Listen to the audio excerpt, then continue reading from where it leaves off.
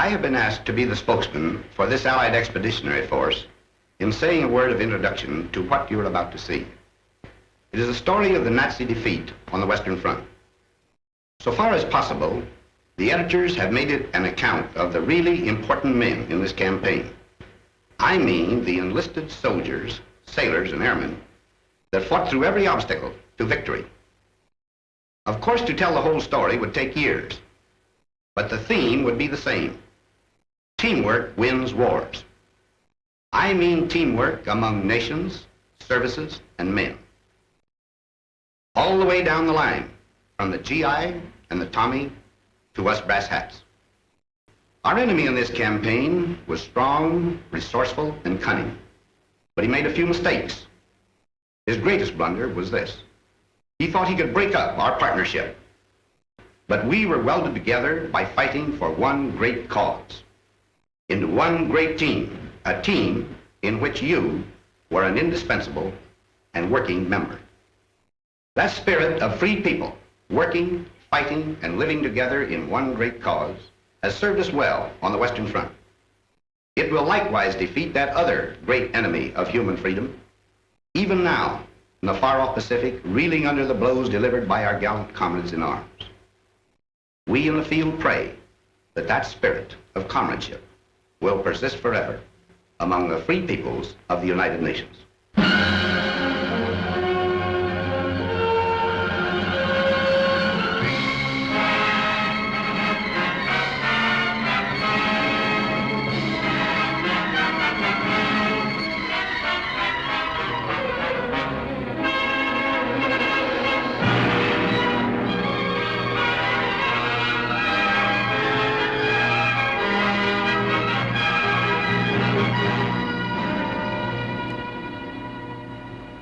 To you who now, living in love and hope, who sense the future in the surrounding air, this testament is offered. Here you may look on the violent fragments of our age and the once thinness of the little thread that made us then the citizens of freedom. For dark was Europe and the face of man when this begins. The nation had gone mad and struck out everywhere the compass knew. The ebb tide of our honor fell away and left its wreckage on 100 coasts. The German cast his fires about the globe. His strength, drawn from the smoking Saar and Ruhr, lay in our weakness. And at last his conquests smoldered behind the barriers of his arms. Along the channel where the sea strikes France stood the West Wall of concrete, stone, and steel to mock the frail hopes of the petty free. Wounded, hard-pressed, and wasted in our strength, almost like madmen then, we planned to breach the wall and smash the German spine. But where? We searched the coast of Europe like fierce eagles. Between low Flushing and deep-harbored Cherbourg, our eyes sought out the place of the assault. Exits and tidal range marked shallow Flushing off. Sand and the wind canceled the Belgian coast. The North Seine beaches were too small, and cliffs barred the approaches. Cotentin, too narrow. The Pas de Calais, heavily defended. It all resolved on Normandy, on Caen. There planes could land upon the carpet ground. The coast defenses were more light, and tides had a good range, and men were safe from winds. So on 5 miles of still unbloodied sand, the fretful course of fate would be assailed by armored nations. Now our people bent to the construction of a steel array and took the builder's hammer in their hands. It seemed almost as though the sun stood still till our free peoples, full of rage and power, heaved through the air the ponderous spear of war. This is our people's story, in their words.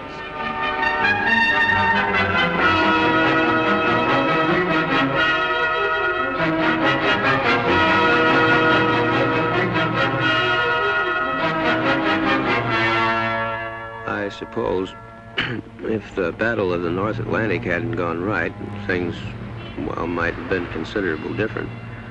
That was an ugly time for all of us. Merchant ships, naval escort, air patrol. I guess I had my share of bad luck.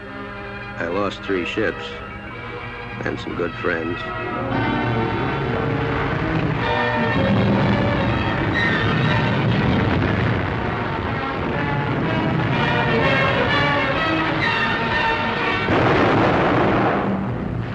I remember reading somewhere that when a seagull comes down on a patch of oil, its feathers stick together and it can't get off the water again. There must have been a lot of dead seagulls around the North Atlantic. Of course, we only saw it happening on the wall map.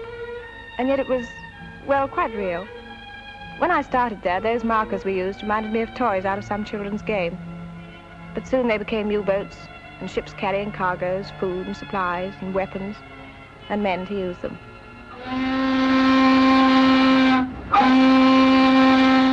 I remember coming over, the worst thing about the trip was you didn't know where you were going.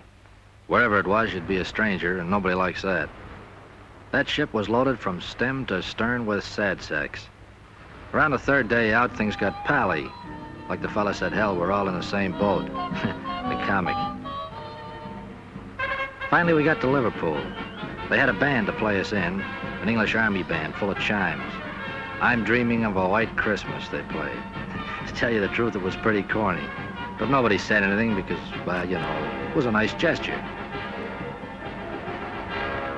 Funny thing, on the way over, you felt like you were the whole works. You couldn't help it. But then, all over the UK, you'd see things that made you begin to realize you were just part of a hell of a big proposition. All kinds of things.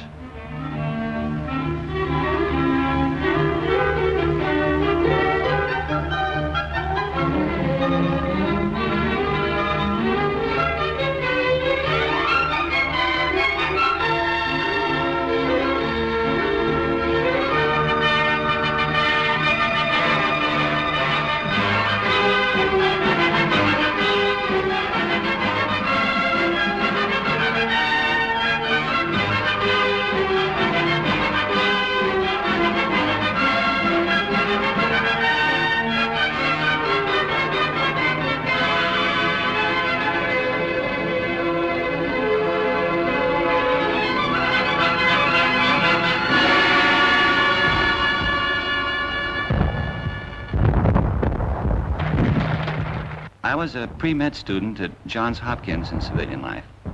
Now, I do know a little something about anatomy. And I say it is scientifically impossible for the human body to stand up to the training we receive. An absolute impossibility. Muscles and tendons and bone structure was not designed to withstand that battering. Don't ask me how it happens that we did stand up to it. I don't know. It has no scientific explanation.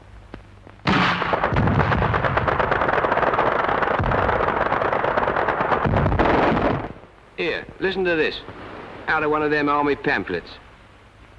To a young man, soldiering in the army of today offers exceptional advantages and opportunities, such as physical training, foreign travel, sport, and many other facilities which are normally denied to those engaged in the majority of civilian occupations. The majority of occupations in civil life become monotonous, to say the least. But in the army, life is so varied that there is little or no prospect of a monotonous or irksome time. So men were girded for their highest hour. And while they learned the lethal arts of war, in small and secret rooms, the planners met to watch their work mature. Beyond our view, the German, proud and confident, stood calm in deep emplacements on the armored coast. The war was not yet one of men and blood. The weapons were the factories and the maps and voices speaking in the hidden night. Season by season, all our plans advanced, and those few men on whom the mass of war rested with all its weight worked ceaselessly. I used to wonder whether the millions of people doing their various jobs realized they were part of it all, paving the way for the invasion. We kept bashing away at German targets, mostly steel and oil. The Ruhr, Hamburg, Battle of Berlin. Things were getting tougher every trip. More ground defenses, more night fighters, more crews not coming back.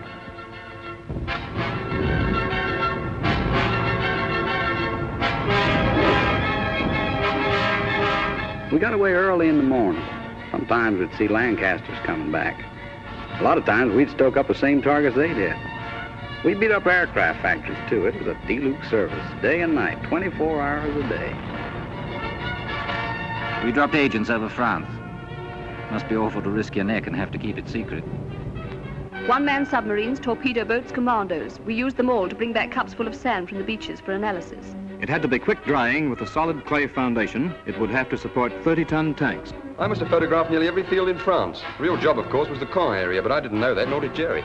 We dropped stuff to the Mackey, arms, ammunition, sabotage materials, and so on. Then went over ourselves and taught them how to use it. We built it to specification, but we hadn't the least idea what kind of a gadget it was.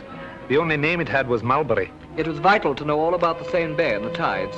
And we trained the men to negotiate those tides and landing craft. Wearing down German sea power in preparation for the day. A special study of the weather along the Normandy coast. Miles of wire netting for the beaches. 7,200 tons of petrol per day. With an underwater pipeline to carry it to France. A white star is the emblem of liberation. Triple inoculation for all personnel. New ships pouring from the stocks. Old ships adapted. Listening to the German radio output for fresh intelligence. That was just part of the pre-invasion work. By December 43, the plan itself was set, and we took it to Tehran for final discussion. The three leaders approved the plan. Our Russian forces advancing from the east and invasion from the west. And then the date was set.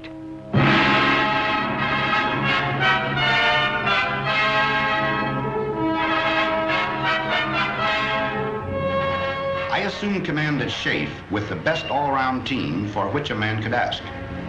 Some had already been working for months in England. Others I brought with me from the Mediterranean. We adopted first a master plan, and then had to coordinate every last detail of the ground, sea, and air plans. While this was going on, we led off with an air show designed to make the landing points as soft as possible, to batter the German communications, and to make certain we'd have control of the air. It was quite a show. Those airmen did a magnificent job.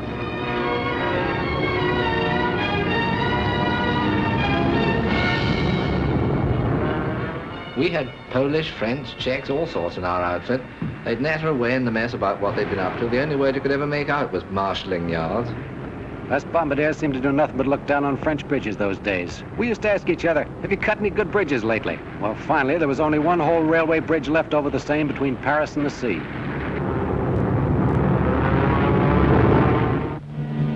Down in the late spring, through the wounded towns of England, moved the mass made by our patients. 2 precious years of plans were put away. The offices were empty. All the maps were rolled up on the walls. What had been paper at last had come alive. Across the channel, aware of our resolve, with cold contempt, alerted Germans stood beside their guns, and reinforcements rumbled from the Rhine. Their generals were prepared, their might was poised. They looked across the heaving sea and grinned. They would reap harvest of us on the beaches, and even death himself would stand amazed. Yet faint across the groaning of the sea came the thin thunder of a massive power. Drawn from the great free peoples of the earth, it gathered in the ancient ports of England to crowd upon the steel-encumbered ships.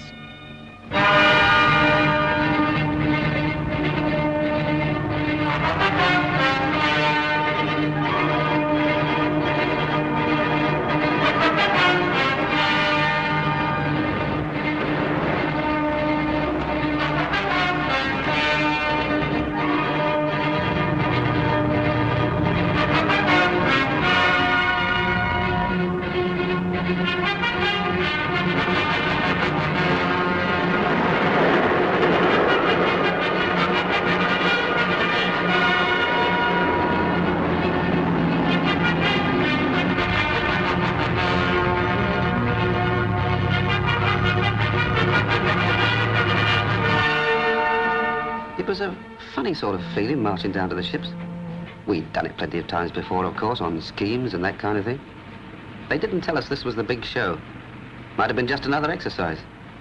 Some of the chaps cracked gags. They wasn't very comic, but we laughed. I think we all guessed. The general feeling was, okay, if this is it, let's get in there and get it over with. Waiting always got on my nerves. Even waiting for a bus, never could stand it. Well, after a bit, our ship found its place in the middle of all the rest of the stuff. And there we stayed, for days.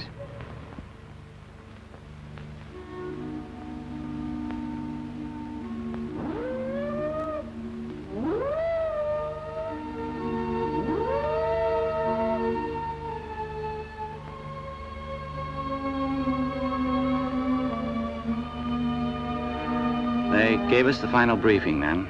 We knew what to do and how. They told us where and when. That's a briefing. I listened to every word. Wrote it down in my head like a record, and it kept playing over and over again.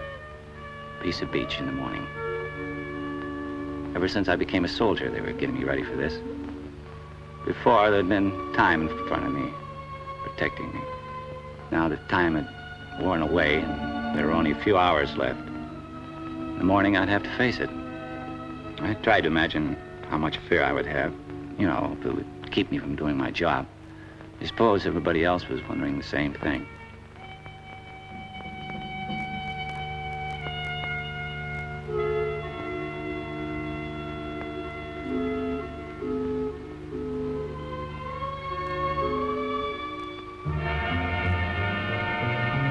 Nobody said anything official, but all of a sudden the ship got much busier.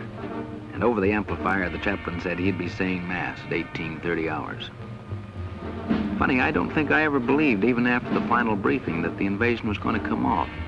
Then a voice in the loudspeaker said, "Men who wish to take their anti-seasick pills should take the first one now." That did it.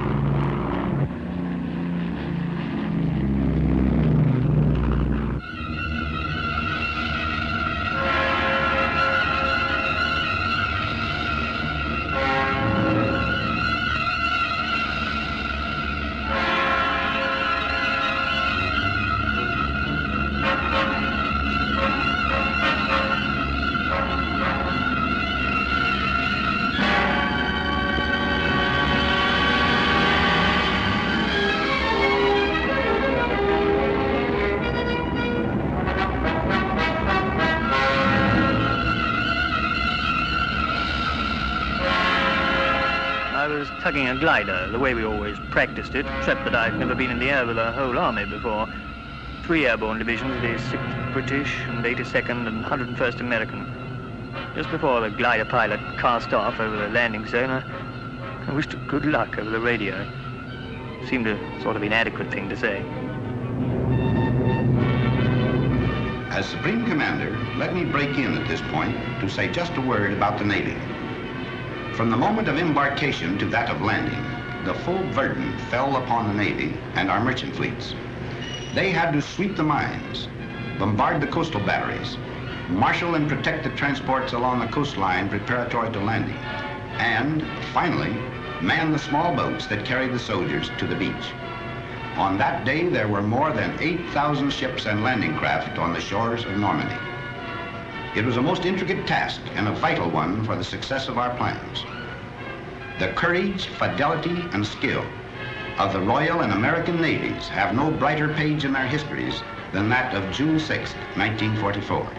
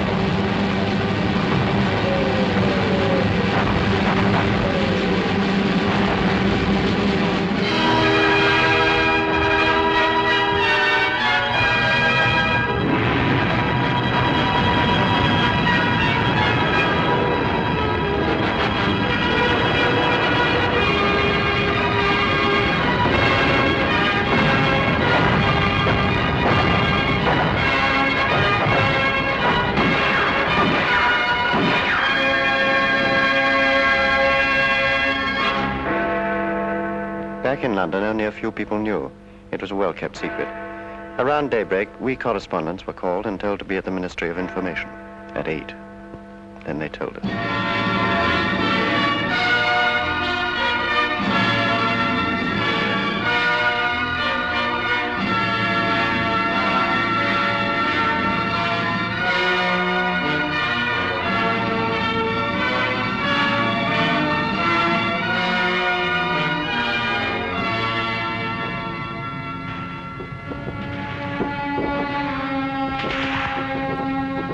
They called our beach Omaha.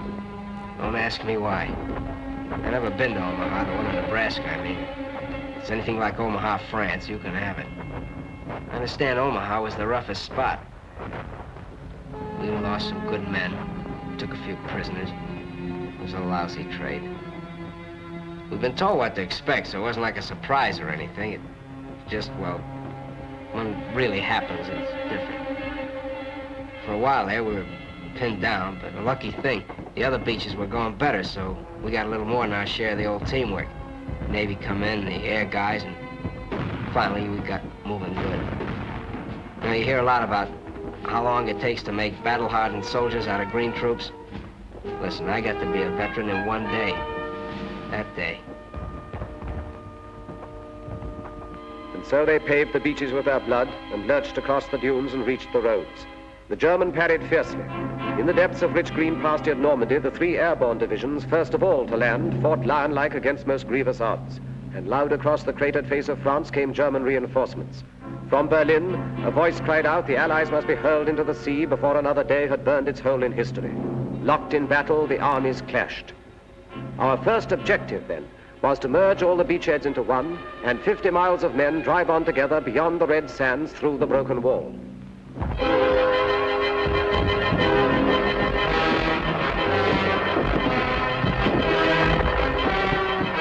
Where I was, it wasn't too bad getting ashore. After that it started. We had to fight for every bloody field. And it was the same each time.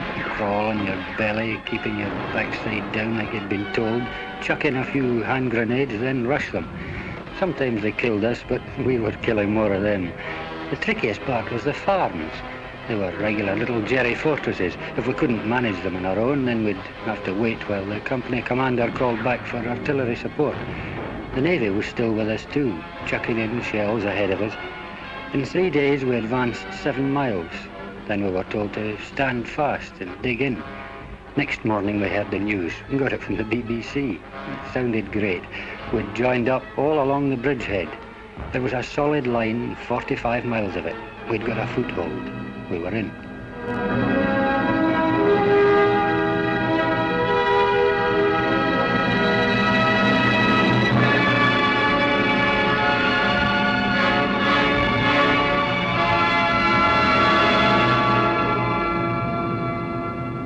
We didn't have to do much navigating to get there. You just followed the convoys. I was doing close support. We waited around, and then the ground troops would whistle us out and told us about some hand target they wanted removed, and then in we go. We were like taxis on a cab ring.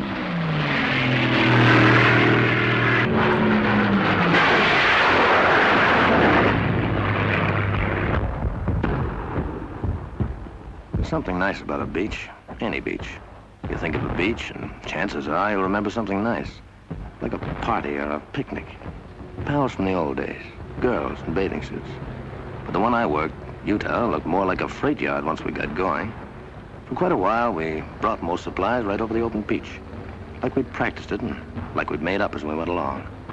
We worked a 24-hour shift with ducks, lights, rafts, rowboats, all sorts of Rube Goldbergs. The stuff just kept pouring in. Tanks, trucks, food, ammo, guys, millions of things.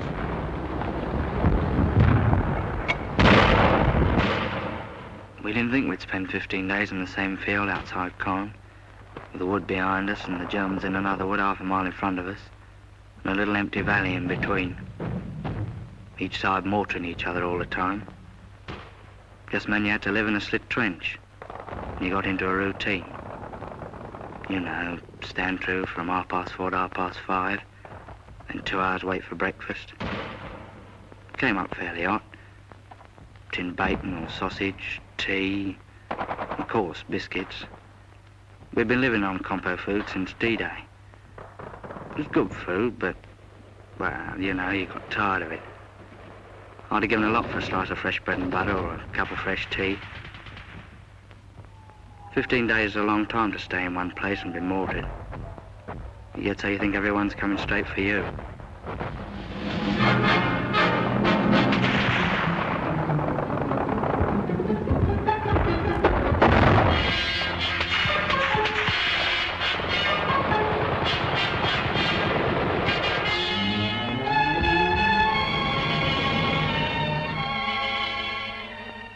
I can remember every case we ever had, especially the first one.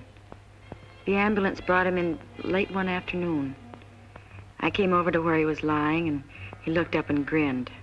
I asked him how he felt. He said something about the German with a machine pistol using him for a dartboard. He was quiet and patient and a little bewildered. He'd never been hurt before. He asked how the fighting was going, then he passed out.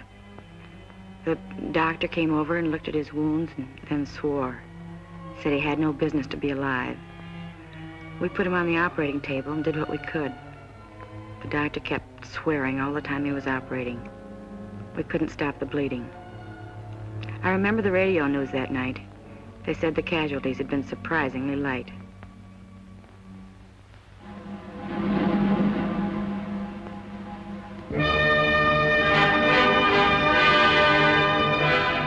They said the whole thing was dear old Winston's idea. A collapsible prefabricated harbour with everything on it except a naffy. Well, I wouldn't put it past him. It's the sort of idea he would have. Hell of a gamble, but it worked in the end. Mulberry, they called it. Well, I felt pretty good about it because I'd watched it grow right from the sinking of the first ships for the outer breakwater. And further along to the west, the Yanks had brought one over too.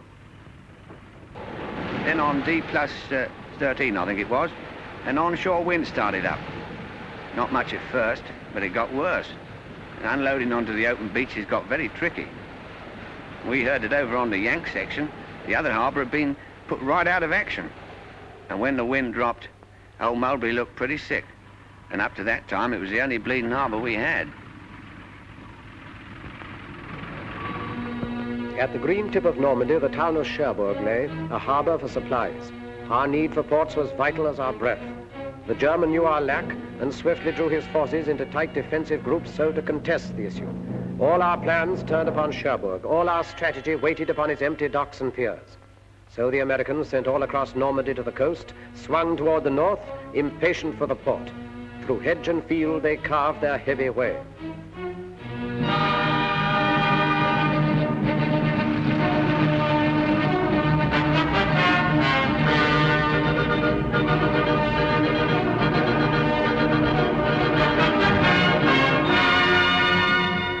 You remember back now when it seems like we took Cherbourg a couple of days after we hit the beach. Actually, it took 19 days to cover 30 miles. 30 miles and about 92,000 hedgerows, and a battle at every hedgerow.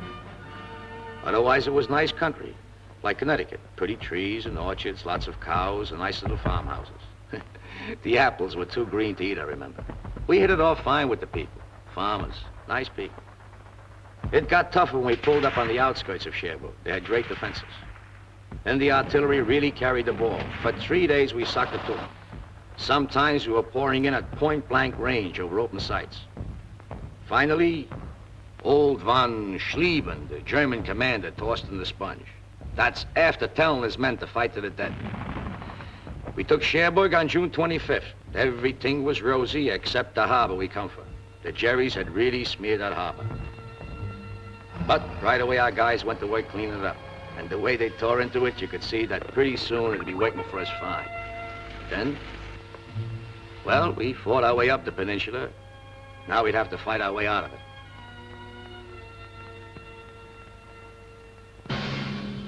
And everywhere inside France, we men of the Maquis were fighting too. I was in the north myself. We cut telephone and telegraph and high-tension lines, and eventually when the Allies landed, we fought in the open. In the Savoy Mountains, our friends held up German convoys. Well, it was a little easier in the mountains. Boche reinforcements were delayed for many days. Factories and bridges would frequently disappear. But the price we paid for it was frightful. In the village of Oradour alone, the Germans slaughtered 1,100 out of the 1,200 population, and the place was completely burned. They were accused to have ambushed German troops. Every house was destroyed. Women and children died in flames in the church where they had been locked.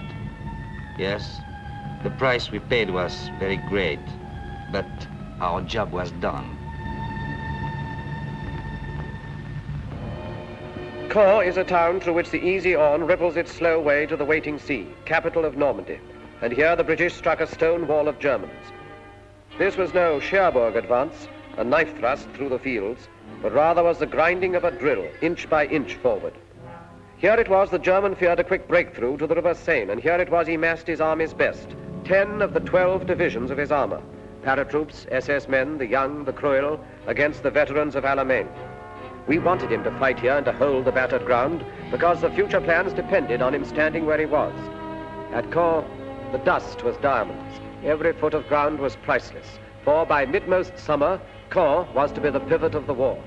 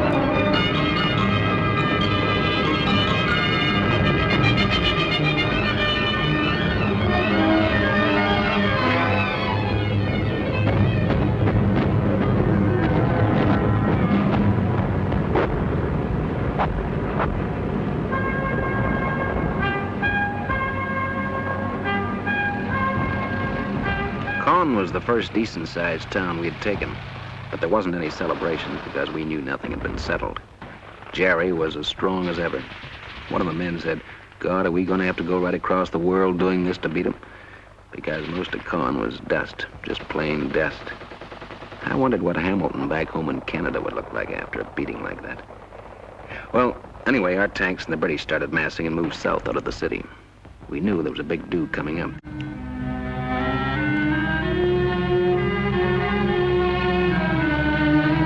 The show for us began south of Caen, where the Poles joined up with us.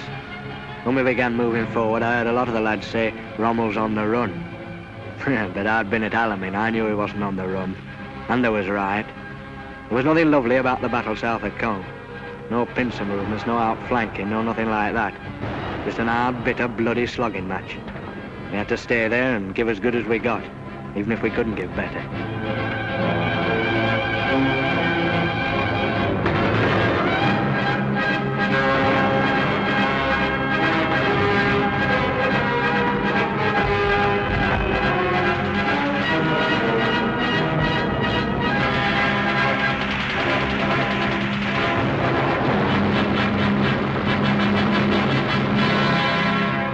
Beyond the rubble and the dust of Caen, the Empire troops kept up their endless pressure.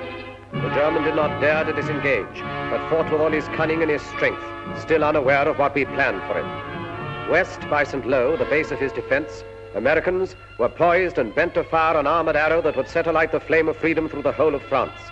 But till St. Lo was seized, the arrow waited.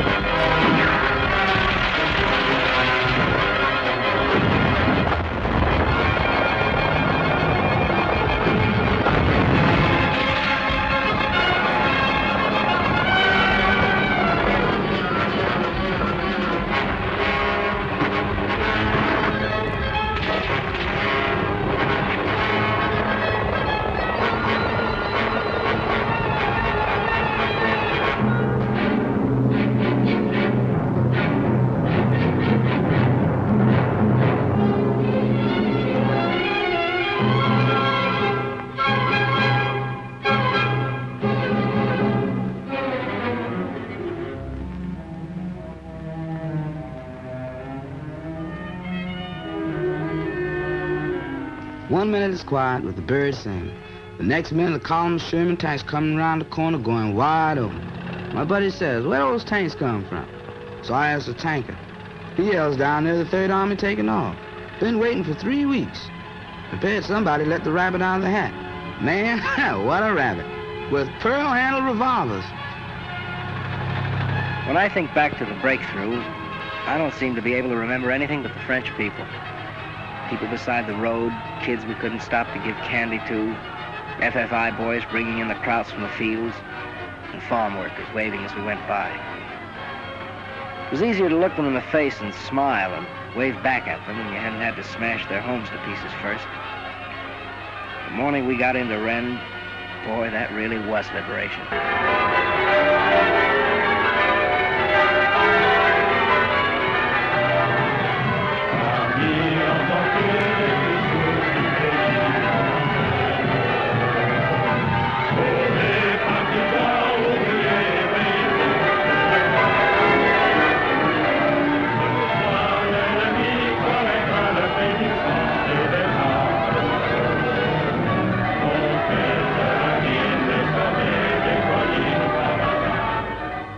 At Rennes, American armor planned to drive east and northeast, and thus surround and take the German corps divisions in the rear. The foe laid plans to stop the Arrow dead by cutting its supply route at the point where it stretched narrowest along the coast. So a great force exploded toward Mortain, hoping at Avranches to achieve the sea and drag our hopes down to the smoking ground.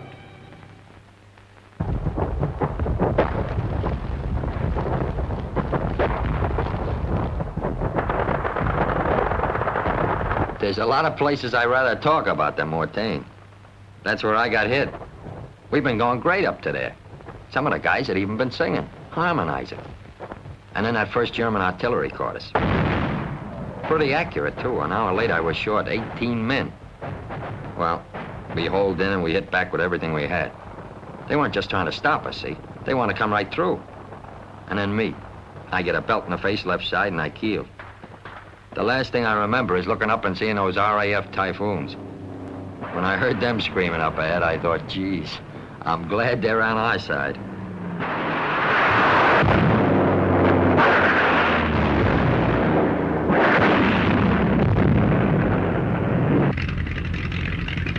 I was sitting in front of the intelligence office doing a bit of sunbathing when headquarters came through saying the area northwest of Mortain was packed with German armor heading west. Well, that started it. For 6 hours, the wing kept it up absolutely non-stop. Take off, attack, land, refuel, rearm, and take off again. It was the same on every airfield in Normandy. The only briefing I gave the chaps was, well, you know where they are. And the only interrogation when they got back was, well, how many did you get?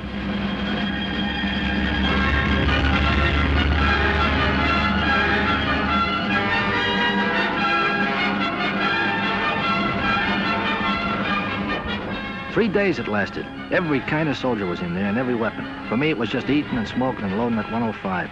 No sleeping. Then things quieted down and the word came back. We stopped them cold. Everybody felt like celebrating, but that was a tough order out there. I tried drinking a whole bottle of cough medicine. It worked fine. I got stiffer than a plank. The counterattack, which took us by surprise, still did not hinder our deceptive plans, for down from Caen the foe had drawn a force and left his north flank weakened. Now the stage was set. Toward Falaise swept the Empire troops together with the Poles. The German heard behind his back American armor churned toward Argenton. Outgeneraled and outfought, he found himself within a closing trap.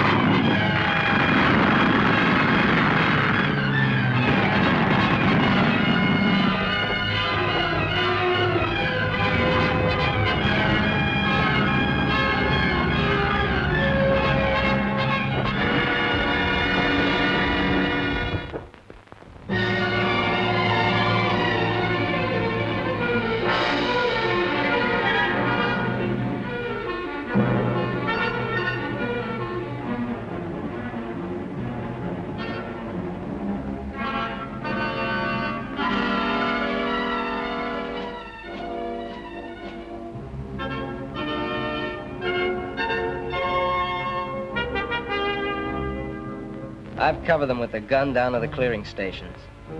Thousands of them, and all kinds. The tough ones with the smile froze stiff on their faces by shell fire. And the plain Joes that had too much and ready to tell you that. And their poker-faced officers that never lost the poker-faced look. The SS, the parachute troops, the old soldiers off the Russian front, I've seen them all. The Hitler youth babies looking like they walked out of Lincoln High. Expert killers.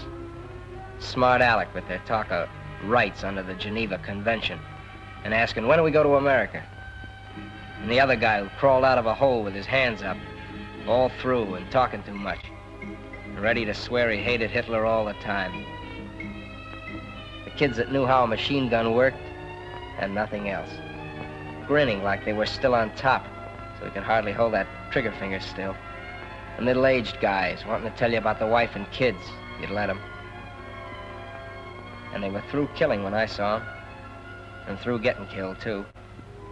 And some of them thought they were lucky, and others didn't. And some didn't give a damn. I covered them down to the rear where it was somebody's job to find out what made them tick, but it wasn't my job to figure them out. I just kept them covered. And brother, I never gave them more than the Geneva Convention. And that was all.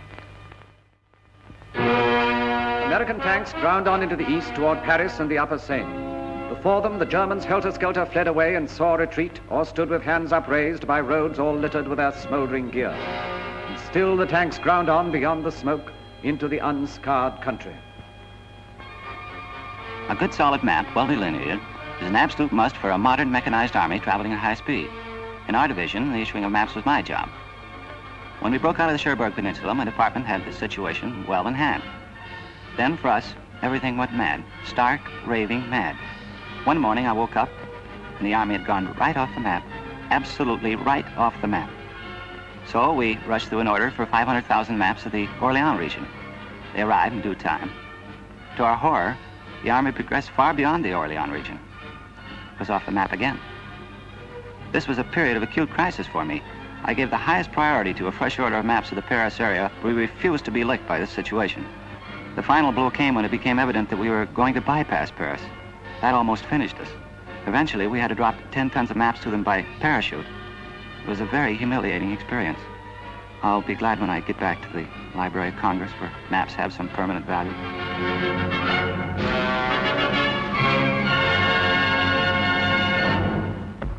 While the Allies were fighting near Paris, we French soldiers of the Leclerc Division were fighting in the Normandy fields. And suddenly an order came. Go to Paris, it said, and take it. The Allies, after having equipped our division with tanks, guns, rifles, lorries, and jeeps, that night decided to give us Paris, too.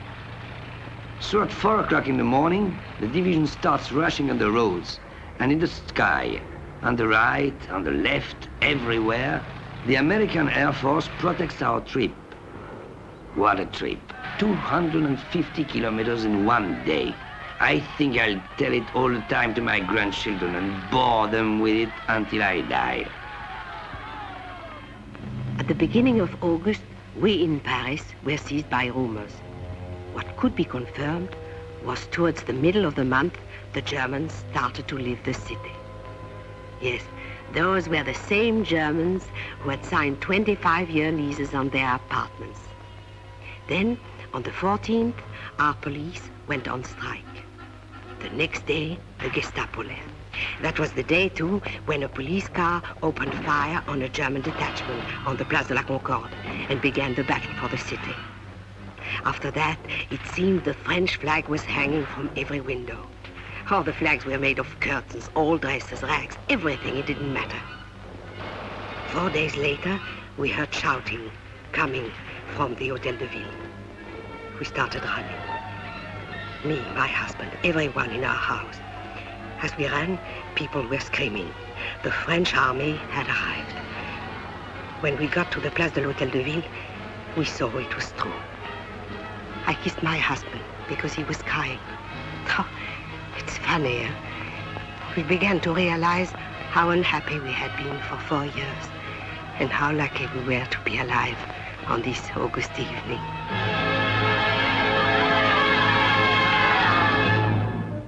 The great pursuit was on. At last the Battle of France was ending, when all suddenly another D-Day stunned the shaken foe. 2 armies struck, American and French, along the broad-beached southern coast of France. Then north, the 2 new armies rolled like waves to join the forces moving on the Reich. Beyond the Seine, where from 100 sites the Germans launched their flying bombs and brought death and destruction on the English towns, our valiant armies went about the task long since assigned them. Toward the Reich frontiers, Americans advanced.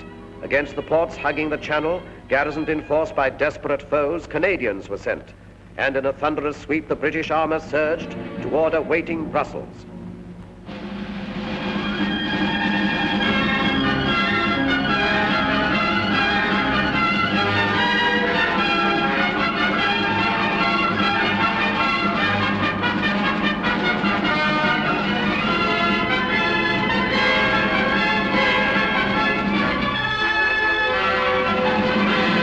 The people of Brussels laughed and cried and threw flowers in the tank and said, "Goodbye, Tommy," when they meant to say hello. Man, they were happy.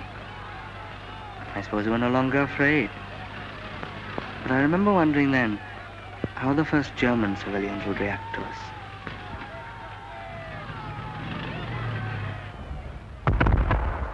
I remember one day we were coming across a big flat field. Didn't look like nothing special. I hopped a barbed wire fence and a guy says to me, "Guess what?" So I says, "What?" So he says, "You're in Germany. There's a sign over there says." Then like a dope, I thought, well, it won't be long now. I won a quid over the fall of Paris and 10 bob on Brussels. And I had a fiver on it being over by October the 1st. I remember the point system for getting out of the Army came out about this time. I began to think of that gray chalk-striped double-breasted suit and the mothballs. I was in the 7th Army coming up from the south of France. One day a lieutenant said, "Take a ride with me. I got some prisoners for you to guard." "How many?" I says. "About 20,000, he said. A whole German division had surrendered." We Canadians were advancing in the north, and one day we came across a thing I'd never seen before. I guess it's a flying bomb site, the officer says. Well, that really made me feel good. The prisoner told us the newest Jerry gag. If an aircraft shows up white, it's American. If it shows up dark, it's British. And if it never shows up, it's the Luftwaffe. Every time they sent me along to set up a forward switchboard and I got my earphones on, I found out that the rear switchboard had leapfrogged 5 miles ahead. I wrote to the old man in St. Louis. He owns a men's store. I told him he'd better cut prices on GI neckties and socks if he didn't want to be stuck with a lot of military apparel. Someone asked the sergeant major what he thought the chances were for a spot of leave. "Don't you worry about leave, lads," he says. "We've got the Japs to finish yet." Regular soldier, of course. Keen. It was a terrific feeling crossing the German border. We were damn sure nothing could stop us.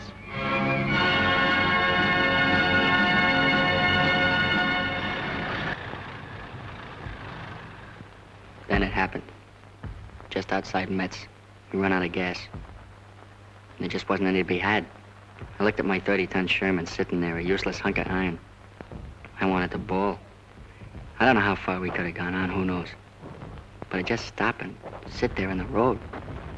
I knew then we were in for a rough time.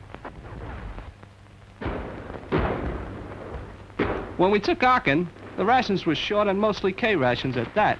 But we ate. Then we started to run low on ammo. Well, that was serious. You can't kill a man with K rations. At least I never heard of such an instance.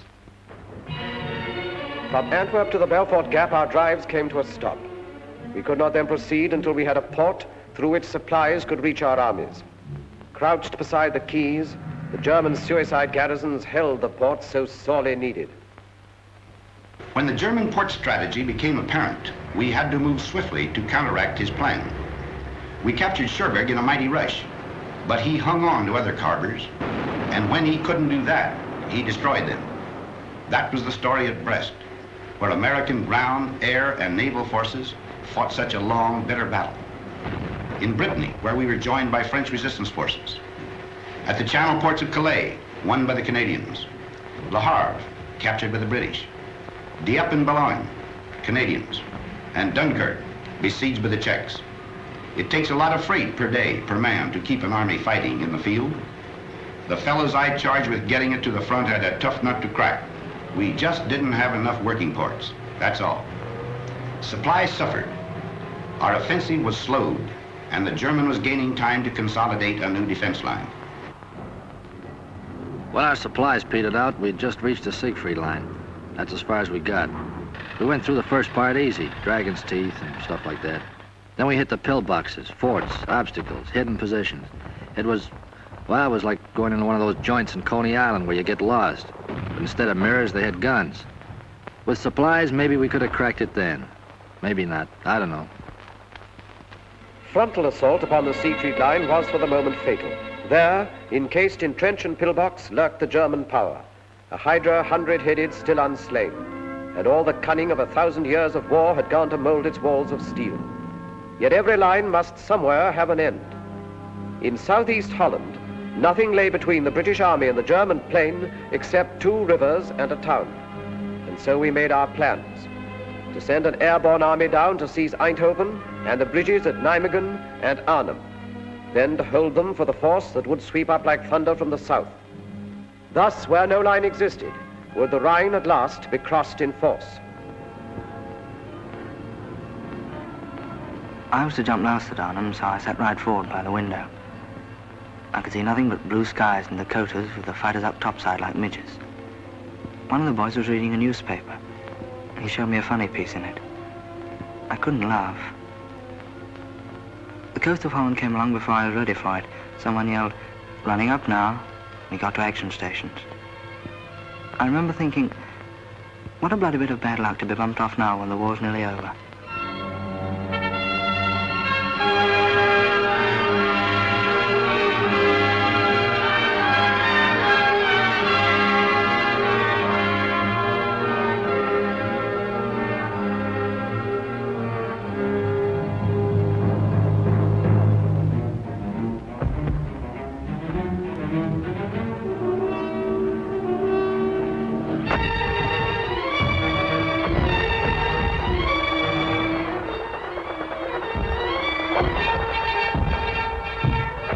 The Limeys drop at Arnhem and we come down and go to a place called Eindhoven, Holland.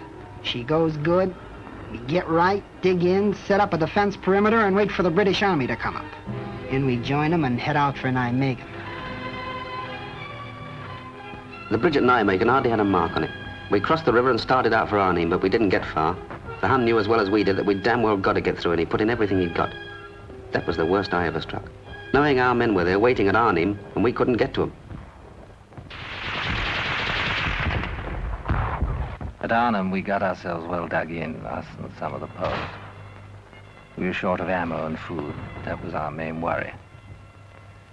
I'll never forget those supply dropping missions. The way Jerry let loose at them and the way they just came straight on into it. Towards the end, we knew the situation was bad. We knew we were hemmed in. We knew it was possible we wouldn't get out. More than anything, I remember the way everyone behaved. Men you knew as the toughest fighters became gentle, kind and considerate to each other. I knew a lot more about men after Arnhem. The guns died out in Arnhem. Then we knew the greatest gallantry was not enough to cross the final bridge. And now no choice remained to us Direct assault against the Siegfried Line would be the only way to carve our corridors into the Reich. But first a port was needed for supplies. Antwerp we had, but thundering German guns controlled the 30 cold miles of the Scheldt from Antwerp to the sea. The docks were still, the winches silent, all the ports lay dead, a useless city severed from the sea. It would stay dead until we cut a way through the grey Scheldt. So the battle formed to free the estuary for our ships. I covered that battle for the Associated Press. I only wish I could have written the story with the greatness of the men who fought it. It was vicious and fearsome fighting all the way. The Canadians and the Poles clearing the south bank of the river, the Royal Navy and Marines and Norwegians charging knee-deep in blood and water into the mouths of the 9-inch shore guns at West Capelle. It was the kind of fighting that makes legends. And the minesweeping of the Scheldt afterwards. It was the greatest operation of its kind in history. The cost of that first ship into Antwerp harbor was the lives of thousands of our bravest men. I reported it as well as I could, but their memory deserves more than words.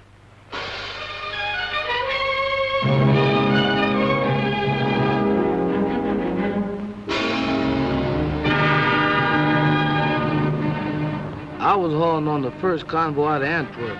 When I got to the front, I saw more empty supply dumps than I liked to see. The boys wanted to know where the stuff was. You can't fight without stuff. Anybody knows that. I made lots of trips. I don't know how many. Driving all day, all night, singing so as to keep awake. Songs like, Milkman, Keep Those Bottles Quiet.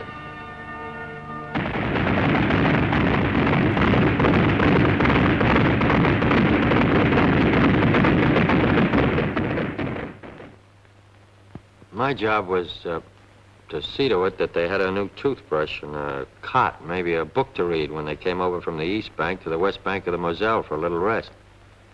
We brought them over one company at a time because that was all the regiment could spare from the line at any one time. Somebody had tapped them on the shoulder and said, "All right, boy, you're going back across the river for 24 hours rest." And here they were, where they could rest. They just couldn't believe it. Here they were for just 24 hours without war. Everything was down to essentials, counted out like dollar bills through a teller's window. One night's sleep, one day's hot meals, one clean change of underwear, one clean pair of pants, one shave, one hot shower, one movie. I used to wonder what was the best of that day. Was it the chance for them to write home, a hot shower, or that long-legged girl on the screen? Whatever it was, all of it was over by morning. They were going back with their one clean suit of underwear, the hot shower, the clean shave, and the good night's sleep.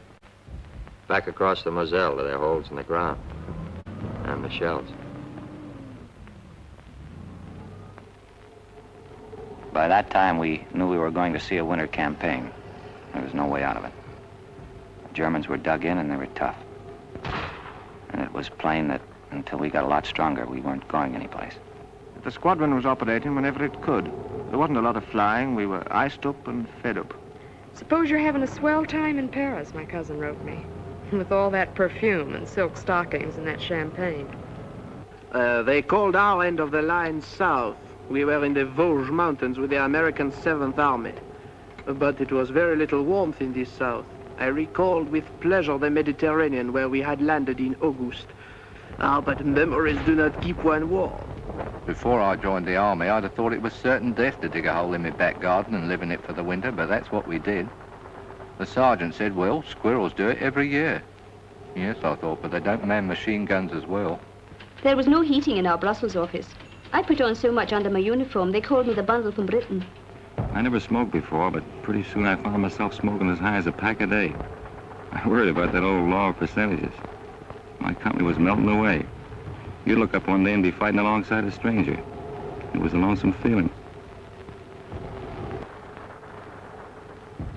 Our hunk of the line was the Ardennes. Pretty quiet. A lot of outfits had gone up north. I started a million latrinograms about the where and when of our offensive.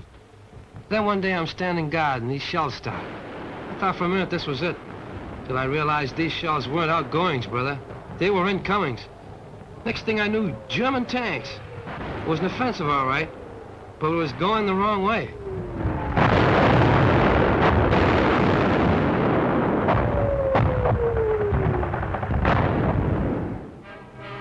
The offensive we were mounting to the north was suddenly forestalled and set aside, as through the rugged, thinly held Ardennes, von Rundstedt struck. He cut a fiery path through the American lines and sent his tanks desperately driving toward the river Meuse. A night of fog and pale December frost saw the beginning, none foresaw the end. He aimed for Antwerp's harbor through Liège, and all our plans held fire while we bent our strength to curb the Germans in the Bulge.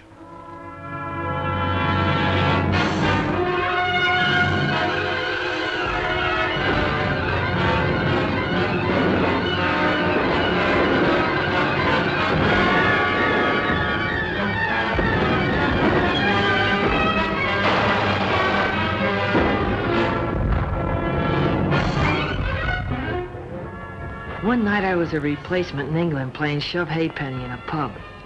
The next day they shoved me in an aeroplane, and that night I was fighting Germans and being kicked around. I don't know about the other outfits, but mine was being cut to ribbons. They were dropping all around me. The thing that still sticks in my head is the medics.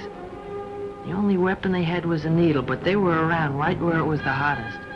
You'd hear that yell, medic, medic, and they'd always be there.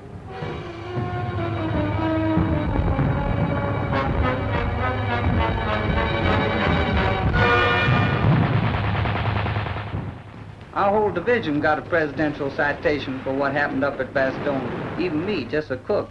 I'll never forget that old lieutenant running into the field kitchen and hollering at me if I had any idea how to operate a bazooka.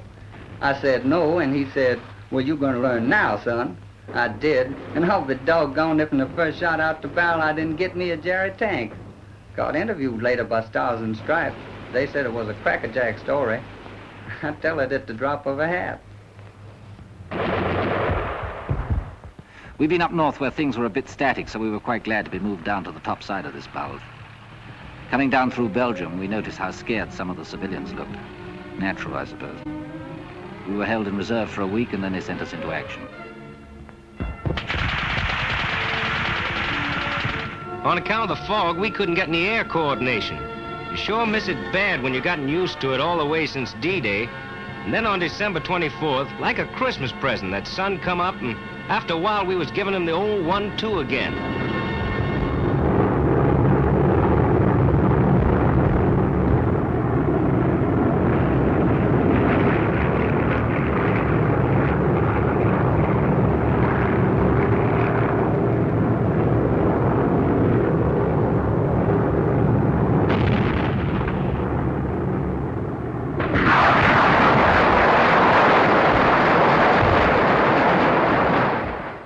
We stopped them dead, finally. It cost us plenty of men, but we stopped them.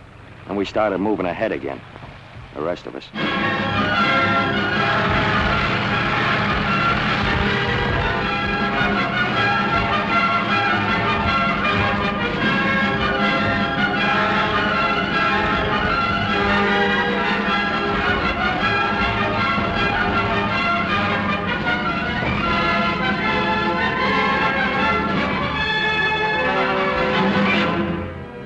Rundstedt reeled back on a recoiling spring. His great attempt was over, and his armies that had devoured such a wealth of blood sagged sodden towards the Rhine. At Yalta then, while dire explosions shook the German fronts, the three great architects of freedom met to fix the final blow and plot the peace. And even as they met, we moved to act upon our strategy. We wished the foe to stand and fight upon the western bank of the Grey Rhine, for there we could destroy him, outside his fortress, open, unprotected by any bridgeless river. Down we cast the gauntlet, challenging him, stand and fight.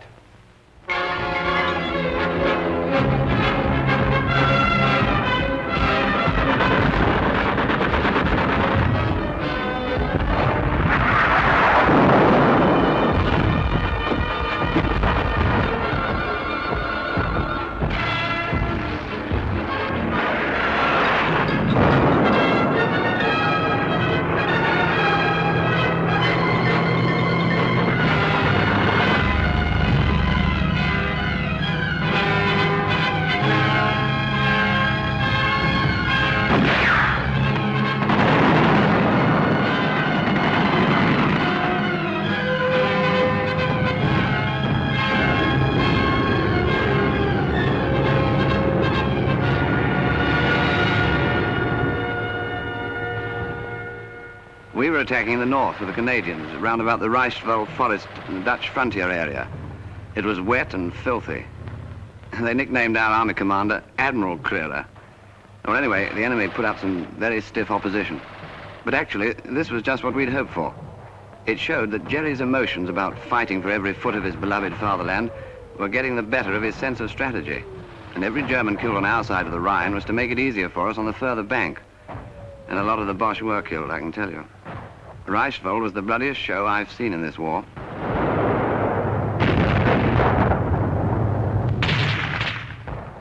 It was one hell of a push. The captain told me 8 divisions. He usually knows. He follows things like that. I was with the outfit that took Mönchengladbach, I think you say it. There weren't many civilians in the streets, and even the ones that were there we weren't supposed to talk to unless we had to. There was a $65 rack for fraternization. I wonder how they happened to figure out that number. I mean, why 65? We could see the Cologne Cathedral a long time before we got there. That tower was our objective. It was on the Rhine River. We went fast, and by the time we got in the town, there wasn't too much fight left in it. Cologne was mangled, all right, but there were still a few buildings standing. I was sorry. I thought of those French cities, flattened. Anyway, we got our objective. Now we had to cross that river. I thought they must be very short of men when they put us sailors into battle dress, lug the assault boats on the trucks and send us across Belgium by road. They talk about silent service. I'd never been sick at sea, but I was sick as a dog on the road. When we reached our destination, I was feeling lousy, longing for a breath of sea air, and found the whole bloody landscape under a stinking smoke screen. Like London it was. The next day we got up to the Rhine. It was good to get a glimpse of the water again.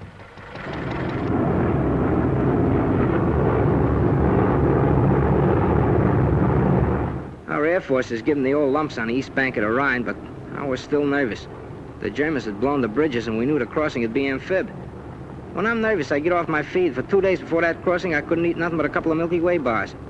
It was going to be D-Day all over again. Dangerous. America. There it was sitting there, big and black. I'm no architect, but to me that Remagen Bridge was the most beautiful bridge in the world. In the Army, when things go as per plan, that's wonderful. But when they go better than planned, then you figure the chaplain's working overtime. It was a break getting that bridge, and we cashed in on it. And the first guys over the river were over in style. The watch on the Rhine was finished, washed up. For to coin a phrase, kaput.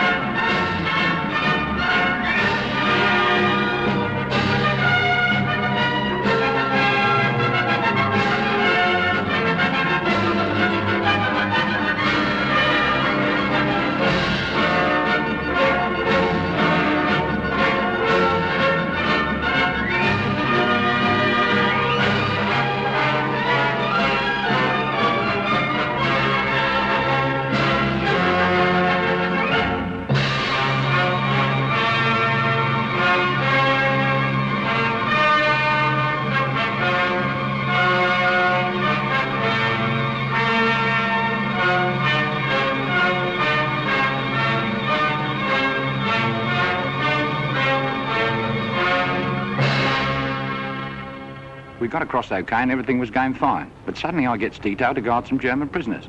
I'll never forget their faces when them airborne blokes started to come over. They just stood there looking up at them. And then after about half an hour of it, one of them looks at me, looks up at the sky and says, propaganda.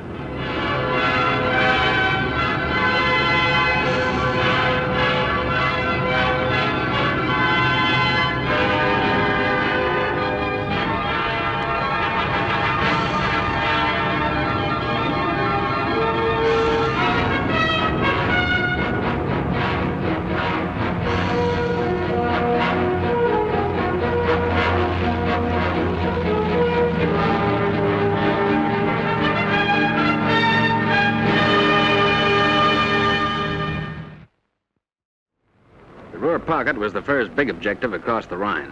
We and the heavies sealed it off, then the ground forces wrapped it up. After that, they exploded in all directions.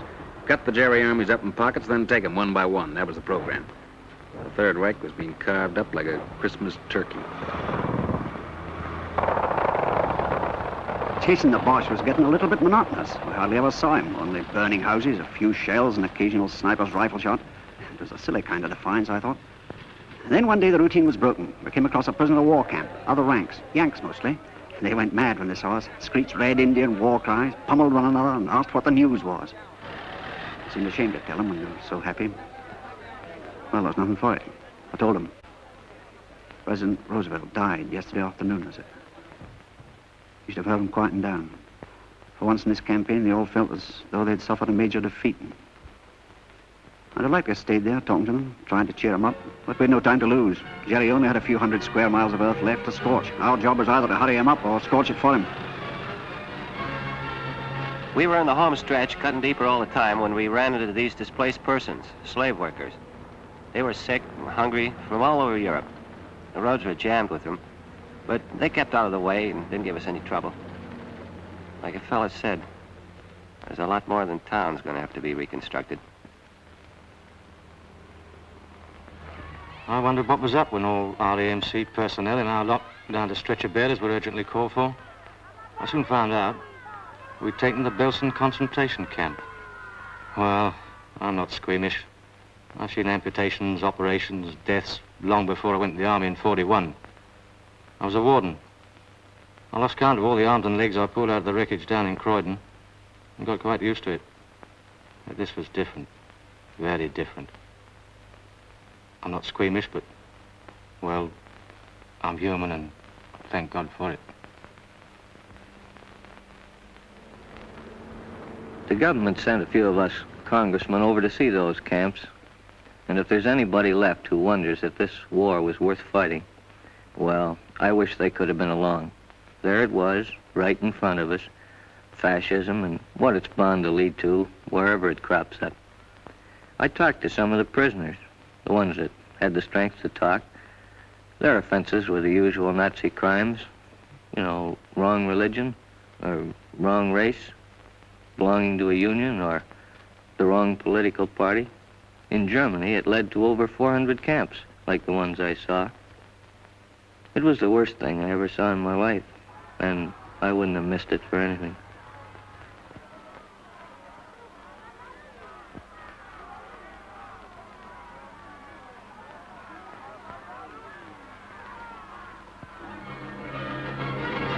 When an army gets to moving in a hurry, that's where air transport comes in.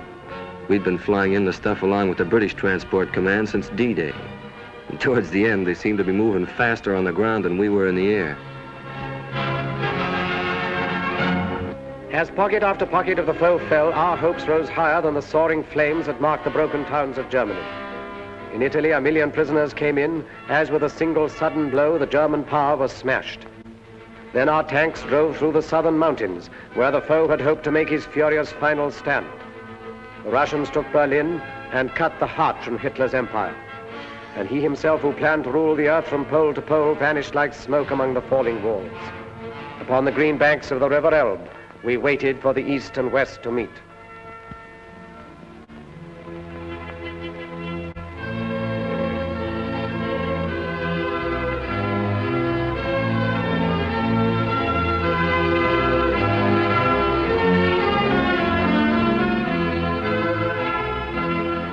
We linked up with the Ruskies at the Elbe River.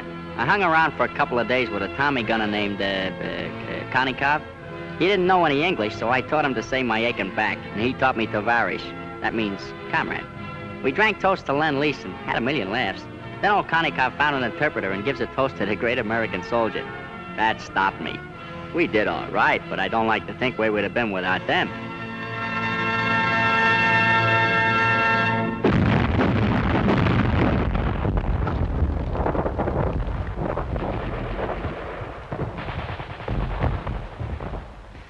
We were going towards the Danish frontier, Bremenfeld, then Hamburg.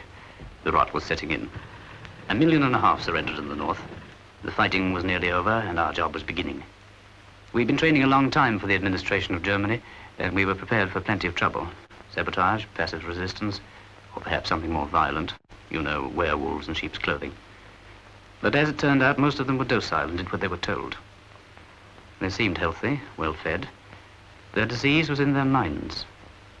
A German woman looking at what was left of her town, said to me, "If only you'd given up in 1940, none of this need have happened."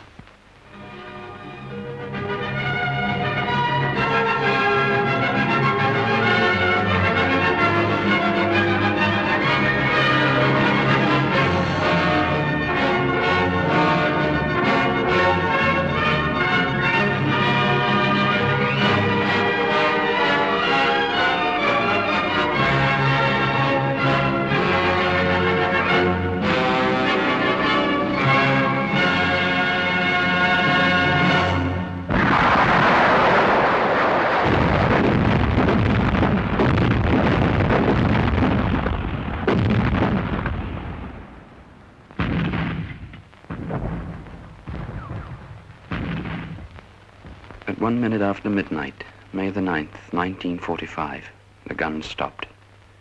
D plus 337. Now it starts. All the arguments about who won the war. Well, here's what I say. That no country on earth could have won it alone. So what does that mean? That anybody who wants to take a bow by himself is not only boasting, but nuts. I spent 4 years in the infantry, and I saw my share. And during that time, I only met 3 men that liked to fight, and they were a little cracked. But it had to be done. Now that it's over, I feel good, except for one thing. All this talk about World War III. These big pessimists that talk so easy about another war just didn't see this one, or enough of it. We watched them bringing in some high-up prisoners, quite ready to be friendly, some of them. I was thinking of fellas I'd known who'd bought it. Crashed, shot down, missing. Right through from the Battle of Britain. I remembered their faces, or some joke they'd played, or maybe just the way they laughed or something. There seemed to be such a lot of them, I remembered.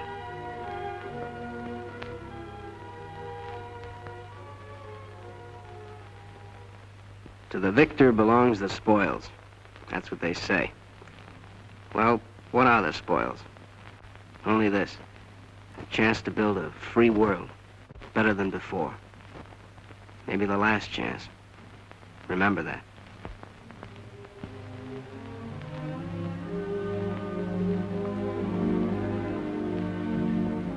Now the time has come to put our victory to the tests of peace, in company with men of many lands to sift from ashes what the struggle taught.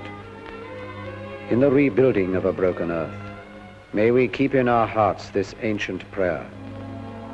O Lord God, when thou givest to thy servants to endeavor any great matter, grant to us also to know that it is not the beginning, but the continuing of the same until it be thoroughly finished, which yieldeth the true glory.